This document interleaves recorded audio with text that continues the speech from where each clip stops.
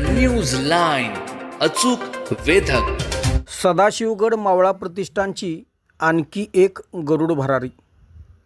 सदाशिवगडाला पाणीपुरवठा करणाऱ्या विहिरीला लोकसहभागातून विक्रमी वेळेत, तेही आधुनिक पद्धतीच्या बांधकामाने केले संरक्षित.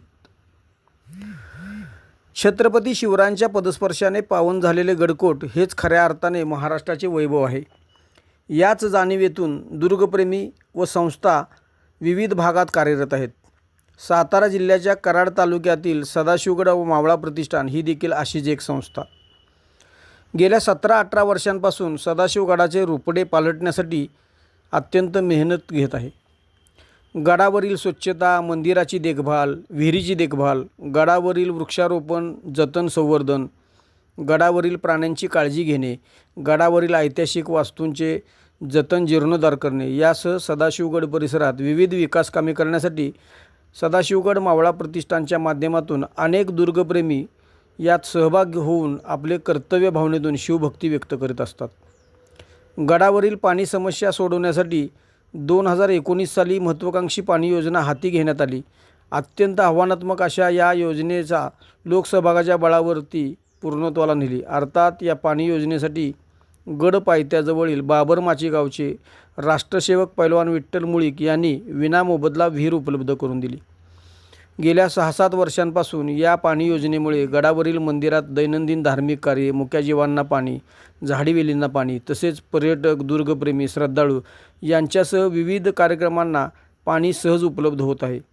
या पाणी योजनेला पाणी देणाऱ्या विहिरीचे संरक्षण ही देखील अत्यंत गरजेची बाब होती आणि म्हणूनच यासाठी RCC रिंग टाकून विहीर संरक्षित करण्यासाठी डॉक्टर योगेश कुंभार यांच्या नेतृत्वात सुमित पळसे, सर्जेराव पानवळ व सदाशिवगड मावळा प्रतिष्ठानच्या अनेक सहकाऱ्यांनी पुढाकार घेतला. आपल्या सातत्यपूर्ण व पारदर्शी कामाने सर्वांच्या विश्वासाला पात्र ठरल्याने याही कामात मावळा प्रतिष्ठानला भरभरून सहकार्य झाले. विशेष म्हणजे कोणतीही पावती किंवा आडेवेडे न घेता दानशूर व्यक्तींनी खडी, वाळू, सिमेंट व अन्य वस्तूंसह रोख रक्कम देऊन विहिरीला 18 टप्प्यांची रिंग टाकण्याचे काम पूर्णत्वास येण्यासाठी मदत केली आणि हे काम अवघ्या 40 दिवसात पूर्णही झाले. याच प्रकल्पपूर्तीचा लोकार्पण सोहळा नुकताच मान्यवरांच्या हस्ते पार पडला. यावेळी विहिरीची पूजा व श्रीफळ वाढवण्यात आले. यावेळी डॉक्टर बाळासाहेब येरम, रश्मी येरम, पंचायत समिती सदस्य प्रियांका सागर पळसे, रुपाली तोडकर, मनीषा मुळीक, डॉक्टर खंडागळे, माजी नगरसेवक हनुमंतराव पवार, श्रीनिवास डुबल, भैया खंडेलवाल, उदय पवार, प्रसाद डुबल, मनोज डुबल, प्रथमेश काशीद, शिवानंद डुबल, सागर कुंभार, पांडुरंग भुई, परमार, संकेत वाणी, सुमित ताटे, गौतम निलाके, दिलीप महाजन यांसह दानशूर विठ्ठल मुळीक, जयवंत मुळीक व त्यांचे कुटुंबीय याच्यासह सदाशिवगड भ्रमण मंडळ व गडकऱ्यांची यावेळी उपस्थिती पाहायला मिळाली. न्यूज लाईन, अचूक वेधक.